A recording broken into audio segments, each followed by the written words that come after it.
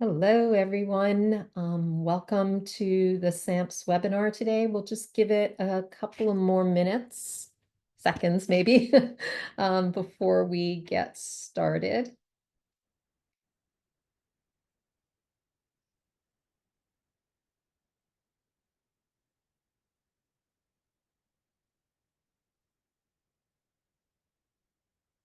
All right, why don't I kick it off? Good morning and good afternoon, everyone, and welcome to today's SAMPS webinar. We're delighted you've joined us. I'm Jasmine Gruya-Gray, a member of the SAMPS Board of Directors, and I'll be your moderator for today's webinar. Before we get started with the main event, I just wanted to tell you about SAMPS.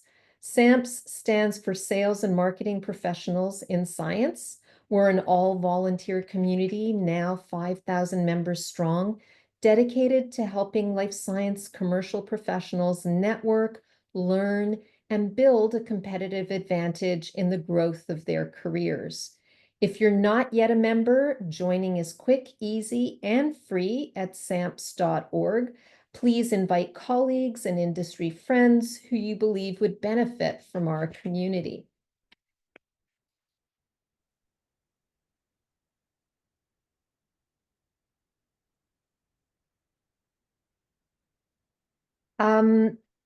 I would also like to highlight an upcoming networking event that SAMPS is proud to be co-hosting with LRIG. The event is today at 5 p.m. in Boston at the Citizen Public House and Oyster Bar.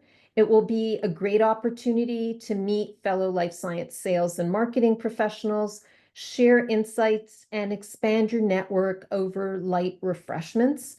You can still register. Just go to samps.org, the event tab, and you'll find a registration page there. And now to our main event. Today's topic is something that's near and dear to my heart and many commercial professionals' hearts: getting better results from fewer, more meaningful interactions, also known as account-based marketing or ABM. I have the pleasure of introducing someone I've known for years, not just as a marketing strategist, but as someone who makes you laugh, think differently, and maybe even question why you even hit send on that last mass email. Matt Wilkinson is a recovering scientist who traded pipettes for prompts and has since become one of the sharpest minds in B2B marketing. He's the founder of Strivenn, a visiting fellow at Cranfield School of Management, and a go-to expert for helping life science brands turn complexity into pipeline. What I admire most is that he never treats marketing as a one-size-fits-all game. He's all about making things personal, scalable, and ethical. Today, he's going to walk us through 5 AI-powered ABM plays that'll help you stop spraying and praying and start hitting your bullseyes, even if you've got limited bandwidth, time, or creative fuel in the tank.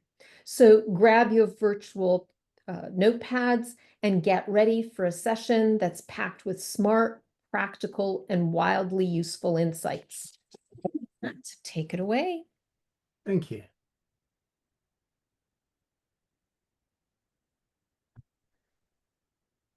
Thank you for that very kind introduction, Jasmine. Today, I'm really pleased to be speaking with you all about account-based marketing.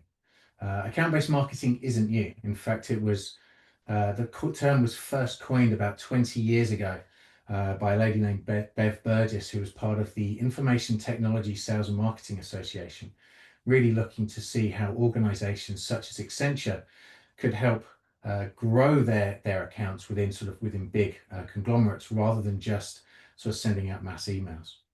The whole premise of account-based marketing is treating every single account as a market of one.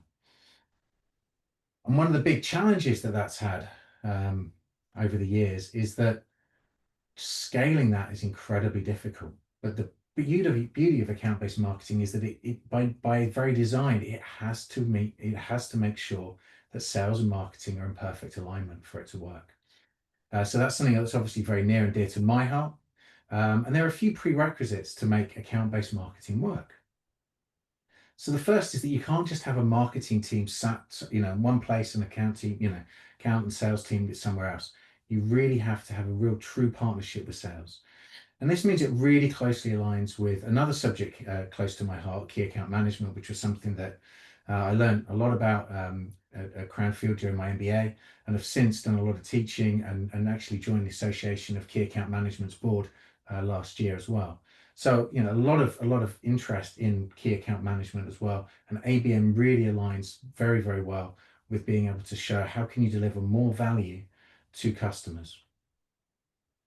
It's about building reputation and relationships. It's not just about revenue. In fact, ABM can take a little bit of time to really ramp up and really get things going.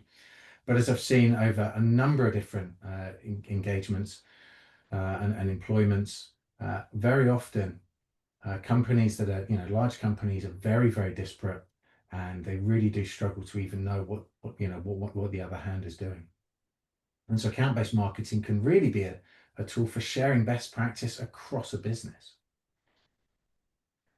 It's really about building everything around client insights. So today I'm going to be showing you a few tools that AI can help us build, get a better sense of insight. But at no means do I want to suggest at any point that we should be thinking about removing a human from the loop. In fact, I'd argue that really that the whole idea of using AI in the way that I'm going to be proposing we use it today is actually being able to spend more time with customers, doing the research with customers, and really about making sure that we're actually able to elevate the amount of time we can spend really delivering value person to person, and being able to scale and connect better when we're doing things digitally. And of course, it's really about personalizing campaigns. And so a lot of what I'm going to talk to you about today is really about that personalization. And at this point, we've got 3 polls today set up as part of the webinar. And so I'd really like to invite you all to participate in poll number 1. And if I can just get a thumbs up from Jasmine when we've got enough of those going, that'd be great.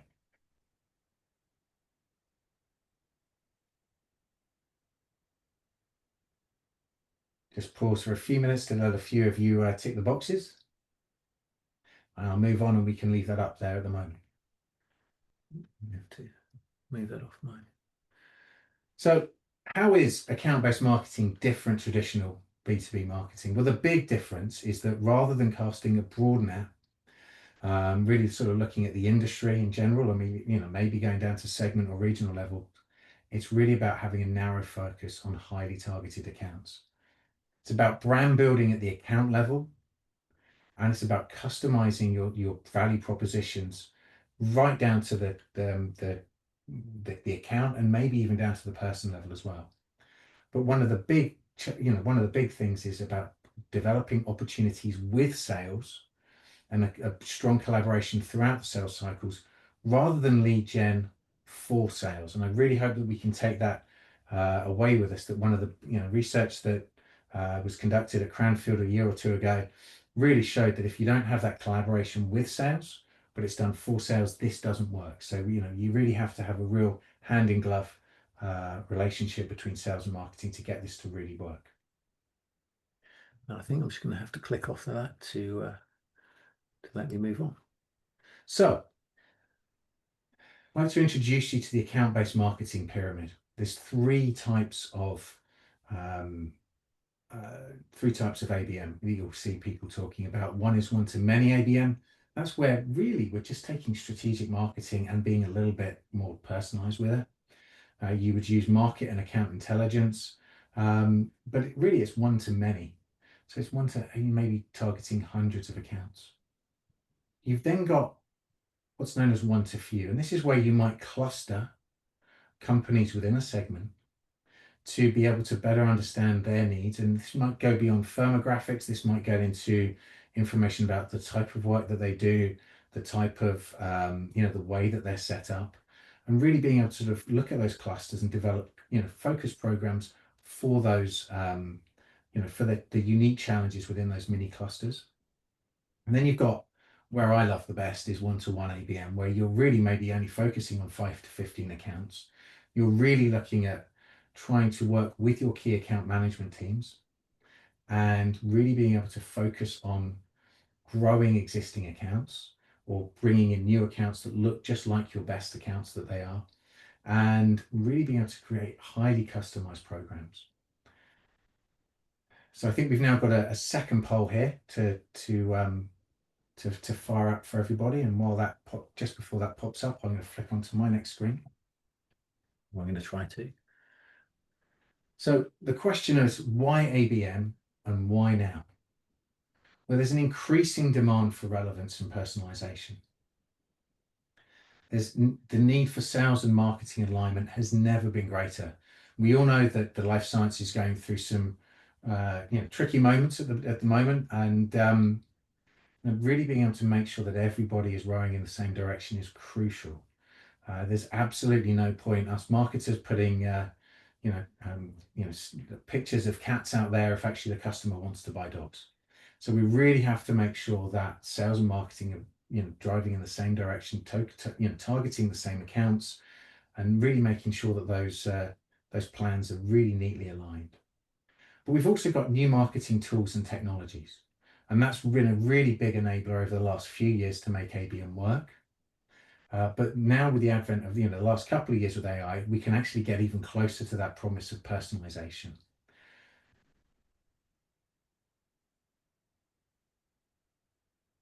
Now, there's a big survey that shows that executives really do want personalizations. They don't just want to receive generic messaging that they then have to try and interpret for their own context.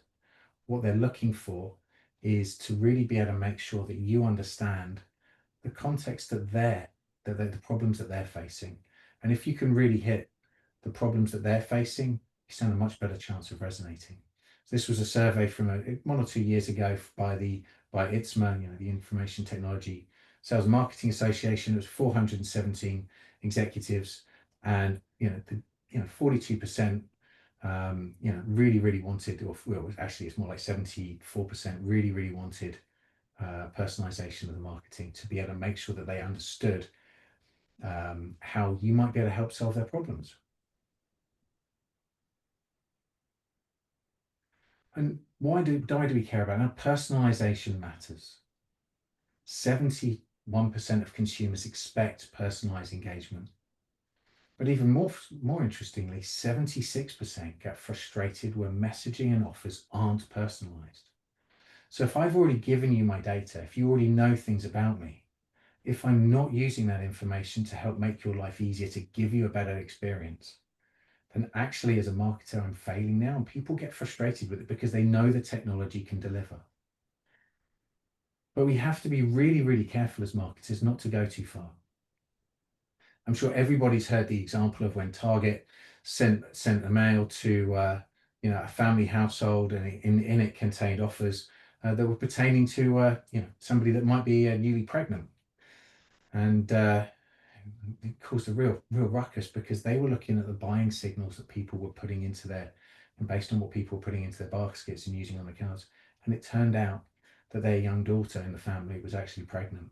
And this is where it gets a little bit, and she hadn't yet had the courage to speak to her parents. And this is the kind of challenge we have as marketers, is not going too far, not allowing the algorithms to personalize in a way that really we shouldn't be doing. And so, the big challenge that we really have as marketers is, how do we avoid being too creepy? We don't want people to know that we're spying on them, to think that we're spying on them, and yet they really want us to be able to deliver something that's relevant and personalized to them. So today I'm going to talk to you about the ABM cycle, and I'm going to hopefully show you how we can get more personal without getting creepy. So I'm going to spend a little bit of time on account selection at the beginning. This isn't the focus of what we're doing. There's in fact entire lectures that we could talk about, how to go about the account selection process. But in very basic principles, let's look at the Pareto principle, or the 80-20 rule. And it is generally considered that most businesses will have 80% of their revenues coming from somewhat, around 20% of their businesses. Now, that's great. In fact, actually, I've worked in businesses where 80% of revenues came in less than 8% of the businesses. Some you might have one big key account where nearly all of your revenue comes from one or two key customers. So it's really important to then look at what do those customers want? How can we sell more of what we make to those existing customers? Versus maybe looking at the long tail of customers, those 80% of customers that don't make, that only make up 20% of our sales, where actually it's much, much harder to sell more of what we have to them. So really it's about trying to look and focus on that, on the left-hand side of that chart. Now, my friend Diana Woodburn, when she was doing her PhD with Professor Malcolm McDonald at Cranfield University, developed a sort of account selection and prioritization metrics. And this plots customer attractiveness on the y-axis and supplier business strength with customer on the x-axis. And really, this is a way to be able to assess, how should we look at our customers? So if we've got low customer attractiveness, as in they're not necessarily going in the same direction as us, maybe there's not the same sort of portfolio overlap of what they're looking to do as to where we're headed, or maybe we just don't have much strength. Maybe there's too many options on the market. That's where we sort of look at considering them a volume account, and maybe we put them in that one-to-many bucket of ABM. Then when we go to the right-hand side, the bread and butter, where we're going one-to-few, we might be looking at, we've got quite a high business strength of that customer, but again, they're not necessarily buying from a big enough portion of our portfolio. Maybe strategically, they're not headed where we as a business are heading.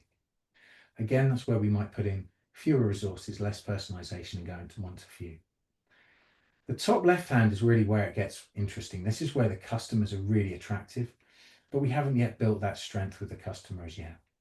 That's where we might focus on a one-to-few message with the aim of identifying which of those customers can we move and turn into strategic key accounts as we, as they start to buy more and more from the portfolio, as we build a relationship with them. And then we have those strategic one-to-one and strategic key accounts where we want to take a one-to-one approach and really, really make sure we're hyper-personalizing our message based on the account, based on what we know about the people involved in the buying group, and indeed the people that are, the personalities of those people involved as well. There are lots of tools and conversations ongoing at the moment about how to use AI in this account selection and prioritization process. And in fact, I was delivering a talk in Paris just on Friday to a big construction materials company. And there's a lot of interest in how to use AI within the CRM. A lot of time sort of using the inbuilt tools within Salesforce or within HubSpot. But a lot of the time looking at how to analyze the signals within our CRMs and be able to sort of use that data as well as account insight and market insight to really be able to sort of looking at account selection and prioritization. But I'm not going to focus on that today. So I want to do something that's far more practical with tools that nearly every organization has access to. So I'm going to start off with account intelligence. What do we mean by account intelligence? This is about understanding what is happening at the account level. Now, I've just had fortunate enough to have alpha test access to Humantic AI's new account intelligence tool, Mia. But you could take this is an agentic sort of deep research tool that allows you to compare a potential customer with your own offer and be able to then sort of match and look at sort of what are the connections, how can we meet their challenges and match those up. You can do the same with deep research tools from OpenAI, Google Gemini and others. Now, for transparency's sake, the case I'm going to be using today is one of Oxford Nanopore talking to AstraZeneca. This is a purely hypothetical case. So, but I think it's a really interesting one. I could have chosen any pharmaceutical company. I could have chosen any supplier to those organizations. Hopefully, nobody minds. But basically, by running this report through this, I get a sense of what's happening with what are the top challenges at AstraZeneca. And they're looking to increase their top medicines by 2030. They're also looking at how the report will also give us insight into how Oxford Nanopore can solve those challenges.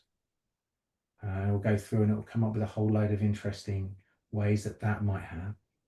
But it'll also start to give us interesting information about the potential champions. Now, this is a summary report. the actual in-depth report that you get out of these sorts of things can be many, many pages long. And of course, with what we're looking at today, while for a salesperson, these summary reports are great to be able to take into a sales meeting and be able to go, right, these are the key things I need to be able to look at. Actually, the in-depth reports can be really, really helpful as we start to think about how do we build out more personalized messaging.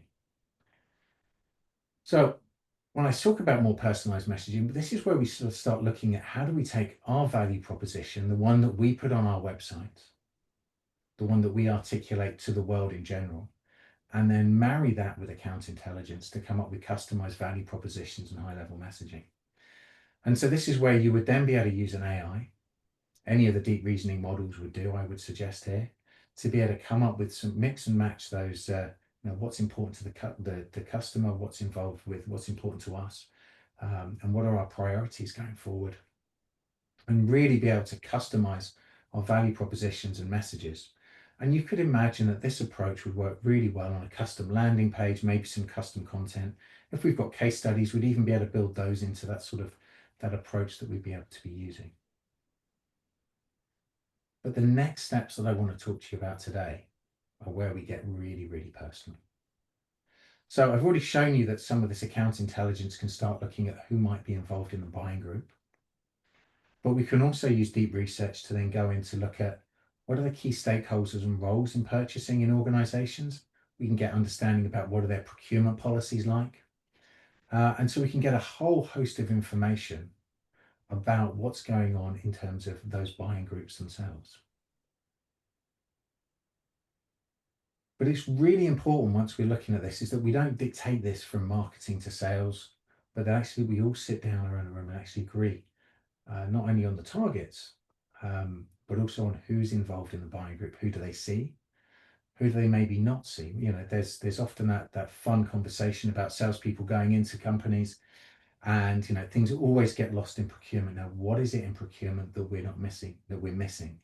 And often it's the fact that our messaging, we're not hitting, we're not selling ourselves to procurement as well as to finance, as well as to our end users and our key champions. So it's really important to understand what are those things that procurement are looking to achieve? What are they measured on? How do we make sure that they are, that we're meeting their needs as part of the content that we're creating? So once we've gone through that sort of thing, that process, and we've identified who's part of our buying group, then I like to go through a process that I like to call Persona AI. And this is a two-parter here. So the first is researching your persona. So I think we already know that we need to agree on who we're selling to and what those groups are within every single one of those accounts. What do they look like? But far too often, the persona development process can end up being a little bit high level and maybe not getting too much information out of teams. And so, very often, I've been involved in building persona for clients where you get given a few LinkedIn profiles and told to, you go away and you do the research yourself. You're filling in the gaps. And that's fine, but you're relying on a human, and it's very, very subjective. I'm going to propose a way that we can use deep research, such as using ChatGPT or Gemini, to be able to do deep research and you input information about the name of the persona, the job title and function, as many LinkedIn profiles you can give, as well as job descriptions, information about the company's size, sector and primary offering. This is particularly important if you're doing one-to-one marketing, what you're promoting, what are the various elements of the product portfolio that you want to promote, any non-confidential information. You'll notice that I'm going to really focus on not using any confidential information in this. I'm a big believer that keeping confidential information out of the AI for the time being. We don't know the guardrails around that, and I think you have to put in place some really strict ISO 42001 kind of guardrails before you start exposing customer data to these. But everything I'm going to talk to you about today is about publicly available data. So anyway, once you've answered these questions, it will go through and it will run you a report, and it'll take about 15 minutes. So while that's running in the background, I just like to flash this up here. If you want to use your phone to scan the QR code here, it will take you through to a blog on my website where at the bottom of the page there's there's a link, or there's a little form, and if you fill that out, you'll be able to you'll receive an email from me containing a link to an Excel file that contains the prompt, a place to be able to put the raw outputs from the CSV file that the deep research prompt gives you, and on the third tab of that, it gives you makes it look very, very nice and pretty, or at least it should do, as long as the prompt works. And I will say that your mileage may vary. These deep research tools can be a little bit funny at times, particularly when using sort of some of the reasoning models. Sometimes you have to bring them back on track a little bit. So while I've tried to optimize the prompt as much as possible and make it as bulletproof, please be aware your mileage may vary on this. But essentially, this is one that I prepared earlier in best Blue Peter fashion. And essentially, I've created a Neil the NGS Guru. This is about 40 questions. So I'm not going to run through each of these, but you can see this is impossibly long for a persona. The great thing is that actually it even helps me create information about what matters most and the value propositions, but also it even links me the references, which you can't quite see at the moment, but it shows me all the places it's gone for information. This has been built from about 5 different LinkedIn profiles, 3 job descriptions, and then searches on the websites themselves as well. So there's a lot of data that goes into this. The kind of analysis that we, as marketers, we would never go into and we'd never bother writing down. And if we created a persona that was this detailed, we would probably never be able to really understand what that means. But that's great because we don't need to, because the AI can do it for us. Now, once this part of the process has been done, I will stress that I firmly believe that we need to bring the humans back in the loop, that we should absolutely be validating these with sales and customer service. Does this make sense for our customer? And even better, if we've managed to save the time at this stage, can we then spend that time saving going off and speaking to customers and getting true insights about key elements of those persona to really be able to validate what stands in the way of them making a purchase? What do they value most? If we can get those insights, we can add those to the bottom of the persona and get some real life quotes in there as well. We can create entire transcripts of interviews and be able to put all of their insights at the bottom of these persona. And then we can use them as part of a persona AI GPT.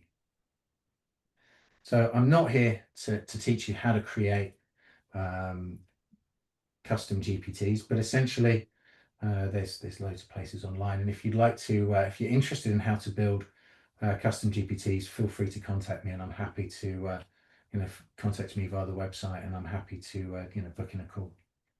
But essentially what this allows you to do is to create a digital interface with your persona. So rather than having a designed PDF that's a flat file that sits there and rusts away on a disk and often gets forgotten about, we've got a really interactive persona that we can work with. So you'll see here that I just built out this persona, and the first one's introduce yourself, and Neil will introduce himself and then ask us some questions. And you can imagine that that's just me trying to get an understanding of who Neil is. Let's imagine I've met Neil at the bar. Now I might want to find out what makes Neil's tick. And so I can have a conversation with Neil about what's important to him about his work. How's he measured? What's important to him? What really gets his goat when he's when he's working, or when people are contacting him. There's also ways to build strategies with these. So being able to brainstorm and having a living representation, or an in silico representation of our persona, really allows us to strategize, brainstorm with these, the data set that we've just built. We can also use them to build messaging. So imagine that I want to write an email that really hits Neil's buttons. I can ask him, say, hey, I'm going to write you an email. I want it to cover X, Y, and Z. Can you help make sure that this hits the right tone? And it will be able to do that for me. And so that's something that we're going to be showing a little bit later on into how we can scale that. But we can also take other messaging. Let's just suggest that we've created a blog. Somebody's written a blog and we're looking to be able to see, does this work for Neil? Now, we want to create it using our own tone of voice. We don't want Neil, the NGS guru, writing it, but we want to make sure that it hits his trigger points. So if we're going to try and do that, we can then also ask him to analyze, how does this blog work for you? What else should we add into it? And so we can really use them as sparring partners to really gain some real interesting insight into how to not just create content, but then how to market essentially, and to then how to optimize it. You'll notice for this, I'm using O4 Mini. Within custom GPTs now, in the last week or two, we've been able to select which model we want to use. I don't recommend for these sort of custom GPT persona going all the way to sort of the deep reasoning models like O3 or O3 Pro. They think about things far too much. But if you go to the sort of the reasoning models like O4 Mini, that can really be quite helpful. For the deep research itself, I tend to prefer using the deeper reasoning models, especially because you're trying to mix and match lots of data.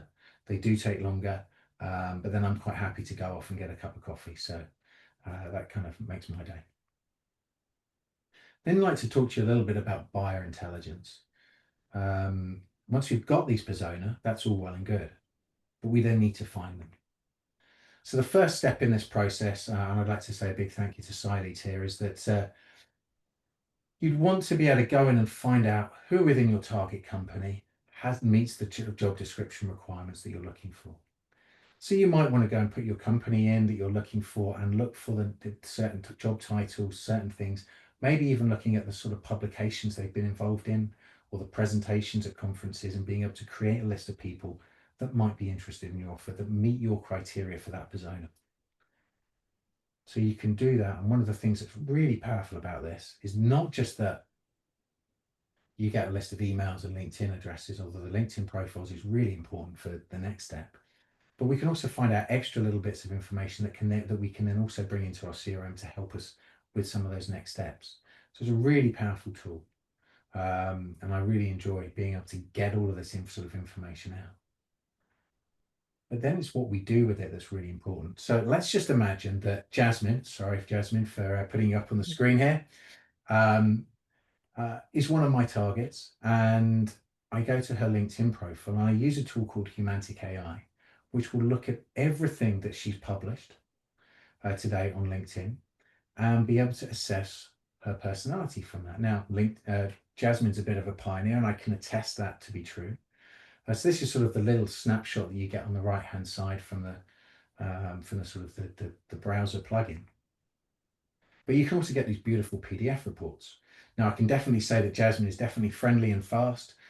She's also decisive and very friendly. So, so it's a pretty good first take as to Jasmine's personality.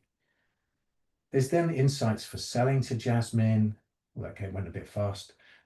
Insights for giving it cold calling, writing emails, and also sort of at the bottom of this, insights into disc profiles and also ocean profiles, which is the big five.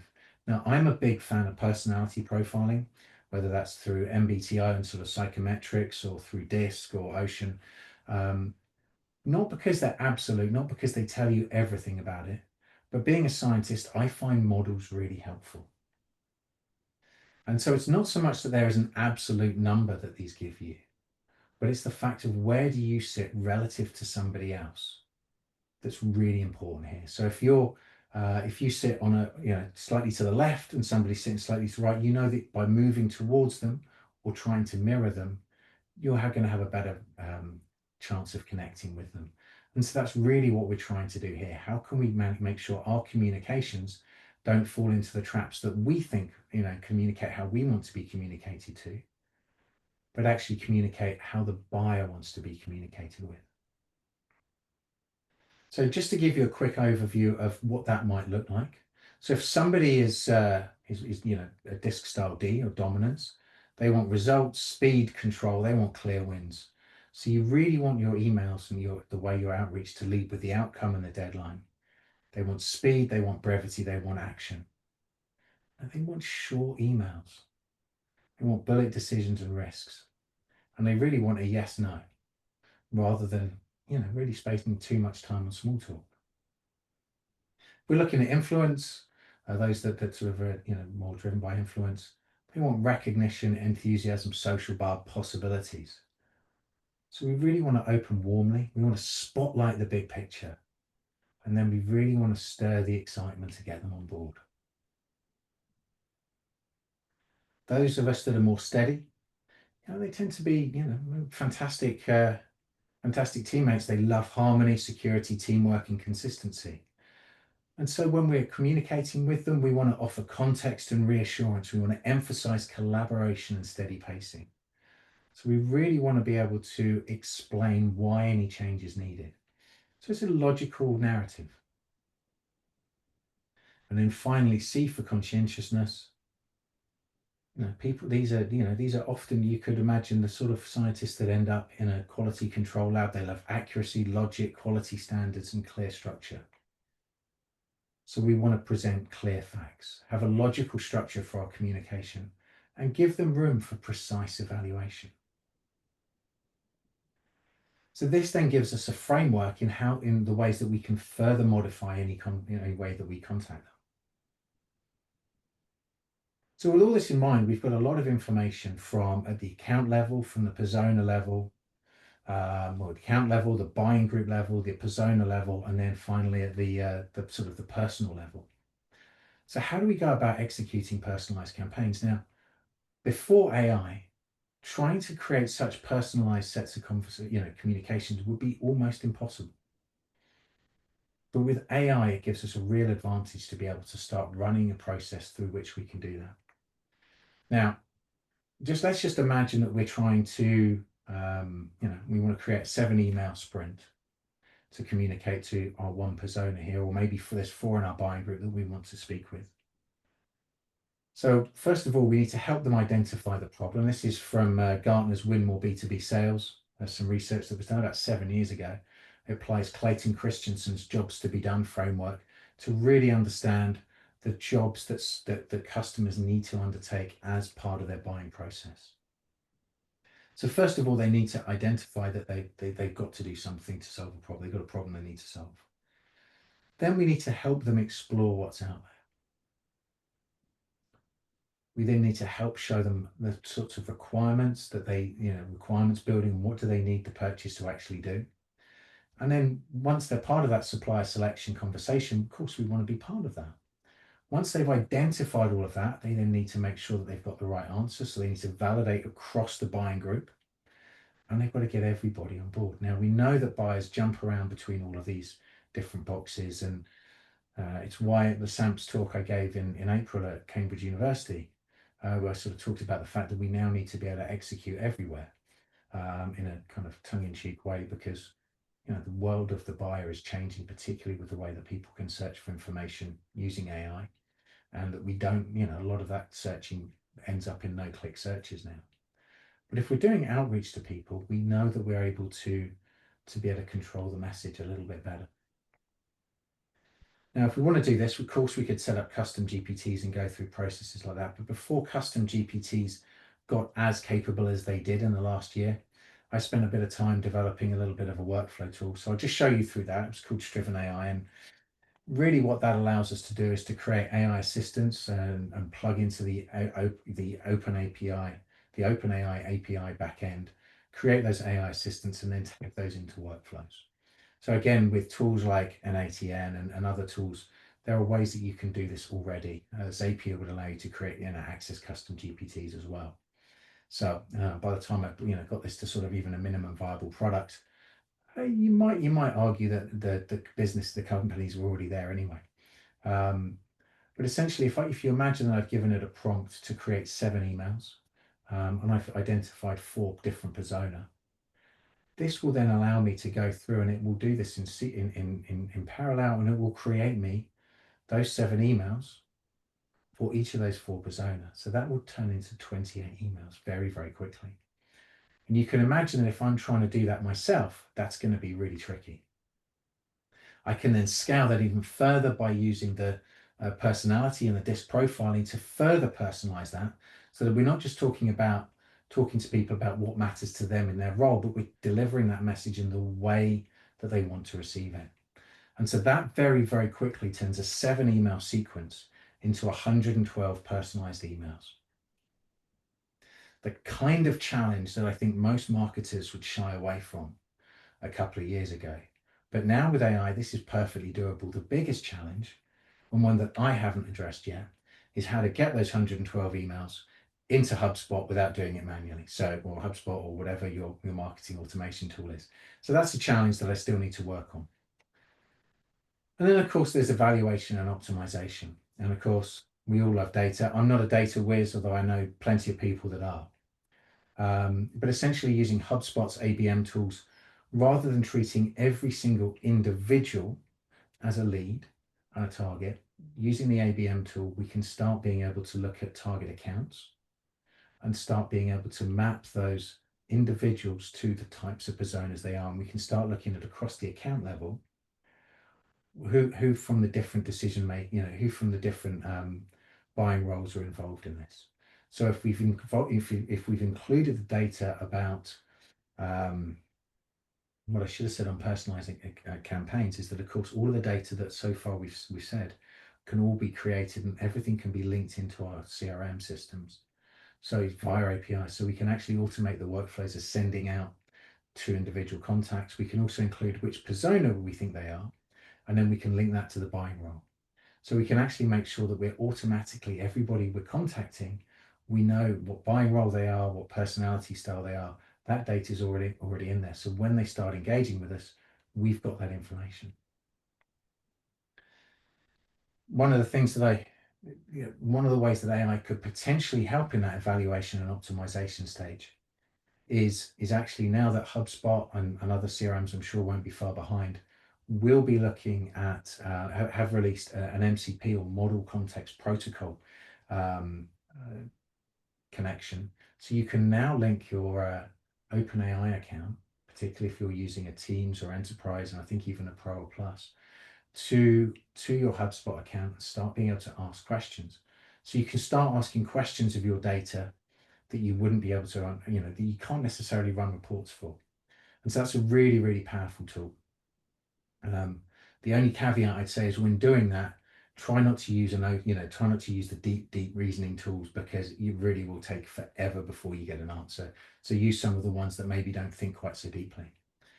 But hopefully today I've shown you the sort of the 5+1 AI plays, from account intelligence all the way through to evaluation and optimization. Just like to summarize those before leaving you with some final thoughts and having some time for questions. So just like to revisit the ABM cycle. So we start with account intelligence, and here the first AI play was the agentic AI account intelligence, whether we use that through something like Mia or using something like deep research itself. We then move into buying group analysis, and again using AI-powered buying group analysis to really start to be able to understand who's going to be in the room when they're making those decisions. Then look at building our persona AI. So by not just building them using AI through deep research, but also creating either custom GPTs or AI assistants that can really allow us to access all of that rich data in a way that as humans we'd really struggle. Then moving into personality AI and really getting some deep insights into buyer intelligence to really enable all the research that we've done further beforehand to be delivered in a way that connects with our customer. Then we need to use the AI to actually be able to go and create these personalized campaigns, because we are going to create so much content and so many variations. We really need to be able to use the power of AI to be able to go off and use those before looking at evaluation and optimization. And again, there may be ways that using the very recently released MCP connectors into the HubSpot and OpenAI, that we can actually use the AI to actually help us evaluate and optimize, the content that we're putting out, what's happening in different accounts. So haven't had a chance to really play with that in depth yet, but there's an incredible way of sort of looking at what the future could hold. So I'd really like to finish up by saying that AI ABM lets us connect with the real people behind the pipeline, and allows us to do it in a way that enables us to put the human first and really try to honor the humanness of our contact rather than trying to just automate everything. Thank you very much, everybody. If you've got any questions, feel free to drop me an email at matt@strivenn.com. And I'll just leave you with a final slide in case anybody wants to download that persona prompt as well. Thank you very much. Are there any questions? Yeah, superb. Thank you so much, Matt. You've you've provided us with so much food for thought and so many angles that we can put into play right away. Maybe before we go into questions, we can put up that last polling question. Oh, yeah, And yes, of course. then Thank you and for then that. review the results from the prior two questions. So Adam, if you wouldn't mind. Got so excited, I forgot that last one. Yeah. So which ABM tier is suited for you? One to many, one to few, or one to one? Give folks a couple of more seconds to answer before we pop up the results.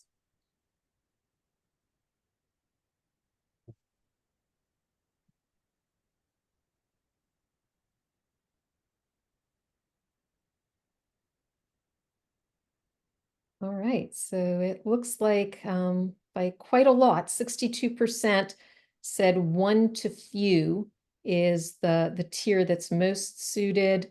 22% said one to many, and 16% said one to one. Do you have any comments about that, Matt? I think that's fairly typical. I think especially with AI, one of the things that we know is that if you're going to have key accounts, you should really only have a small handful of them anyway. So having that sort of that bigger pool makes a lot of sense. And I tend to believe that sort of the one to many approach tends to be a little bit more like sort of detailed segment marketing than really getting into ABM, proper. So I think that it aligns very much with what I believe. Super, super. Um, the prior question was, what stage is your organization at with ABM? And 34% said expanding to a handful of key accounts, as well as 34% said we don't yet have an ABM program. 26% are just getting started or piloting, and 6% are fully operational across multiple tiers. Well, I guess that doesn't surprise me that only 6% of the people on here are fully operational, because why would you need my advice if you're already doing it? So that's good. Hopefully I added some value to you guys, and I'd love to talk about what you're doing and understand what you're seeing succeed and fail. But I think what's really interesting is seeing sort of 34% not yet having an ABM program. I'd really like to understand if that's something to do with the nature of who you're selling to. Maybe it's selling to lots of academic labs where maybe it's not the right approach, and it isn't for everybody. So it's just really interesting to see that. Okay. And the other one was, what's your biggest challenge adding AI? And 41% said integrating AI tools into our stack, 36% measuring ROI and attribution, 18% getting approval to use AI, and 5% getting buy-in from sales leadership. Wow. I'd love to know what those integration challenges are, whether it's actually trying to fully automate processes, and whether that's really down to sort of a lot of the AI, the initial AI wrappers, if you will, very much treated the AI like traditional software as a service products. I really believe that the new MCP wrap, the MCP connectors are really going to enable us to do a lot more and turn a lot of this more into being able to push data through different AI steps much easier. So I wouldn't worry about that integration piece just yet. I mean, I know it's a challenge, and I know that it's something, but I also know that it's not something that right now I would worry too much about developing custom, because tomorrow somebody will come along and develop something that will remove the need for those custom developments. So as long as the pain points are bearable, the integration points right now are pretty good. So really be interesting to hear more about what those challenges will be. And of course, measuring ROI is always everybody's challenge. And I think that there's also a challenge in being able to make space for both the learning and the exploration part of the AI journey, as well as actually the execution. But what I think we do know is that those organizations that are enabling teams to be able to invest their time and energy into a little bit of AI exploration are likely to be the ones that are better prepared for each of the next steps as they come along. Super. So do you mind if we transition to some questions? We still have Oh, a of course few not. minutes. Let me just turn off my screen share. Okay, so when you created the Persona AI Custom GPT, did you just attach the PDF from the Persona document you created as knowledge, which is a function in ChatGPT, or do you attach more documents as knowledge for further context? So you can take both approaches. For the one that I created and showed on screen, I just created I just added the single persona document itself. But I do give it quite a lot of insight into who they are in the prompts, as well as actually trying to program what happens when you click one of those buttons. So those are kind of the things that I tend to focus on a little bit, but you absolutely can give context as to the business, as to what's happening in the market. And there was one persona document that I created. Of course, you can create them for individuals, but you can also create them for persona groups. So you can also go, while I gave you a narrow example because it was easier to look at, you can build entire councils with the same amount of information. Those are really interesting because you can actually get them to argue with each other over points. So just give them a prompt of, hey, go 5 rounds and tell me who wins the argument. That can be quite exciting to watch. What I would say with all of this is that, again, make sure you're keeping the human in the loop. Don't take everything it says for granted. You do have to still need a sanity check on this stuff. Yeah, I'd also like to give a plug to your custom GPT. I've also used it to assess websites from the persona's perspective and assess marketing materials from the perspective. So there are a lot of use cases for that Persona AI custom GPT beyond just ABM. No, absolutely. I mean, I create them, as soon as I saw those sort of custom GPTs created, so that capability was kind of where I went to, was like, oh, we can do this now. And yeah, now that they've got the ability to search the web, and especially in the last couple of weeks where you can now choose the model, the power of a custom GPT is just transformative. It really is. So yeah, being able to assess websites, being able to just look at messaging in general and being able to say, hey, am I meeting this persona's needs? I think it's such a powerful extra step that takes just minutes to do and delivers huge returns. I agree. Another question here, but you're ignoring that AI isn't perfect. And in fact, while much better than it used to be, I just used deep research on a specific topic that I'm familiar with, and it was still incorrect in some areas. A key thing with emails to individuals that's a profile is truly correct, or I would complete trash the sender. How could I validate 112 emails and who they're sending to be assumed that we are 100% correct? That I see as a problem with auto AI generating. So yeah, that's a very valid point. I mean, look, in terms of the deep research, yeah, they still do make mistakes. But then again, if you were to look across the entire web, you'd make a lot more mistakes. Generally, you'd find that there's mistakes all over the web anyway. So while I'm not here to defend it, I absolutely agree it's not perfect. I think it makes far fewer hallucinations. Even the same models that are out now, so 4.0, there's been so many small updates being made to that from over the past year that it makes far fewer hallucinations and now asks questions rather than not doing. But you're right, there are risks, and I think I've sort of said all along, please don't take the human out of the loop. I would still sanity check every single email. I would still go through that process. The simple fact of the matter is it's much easier to be able to create and customize those emails and then be able to edit them and check that they're right than it is to be able to have to do it all manually.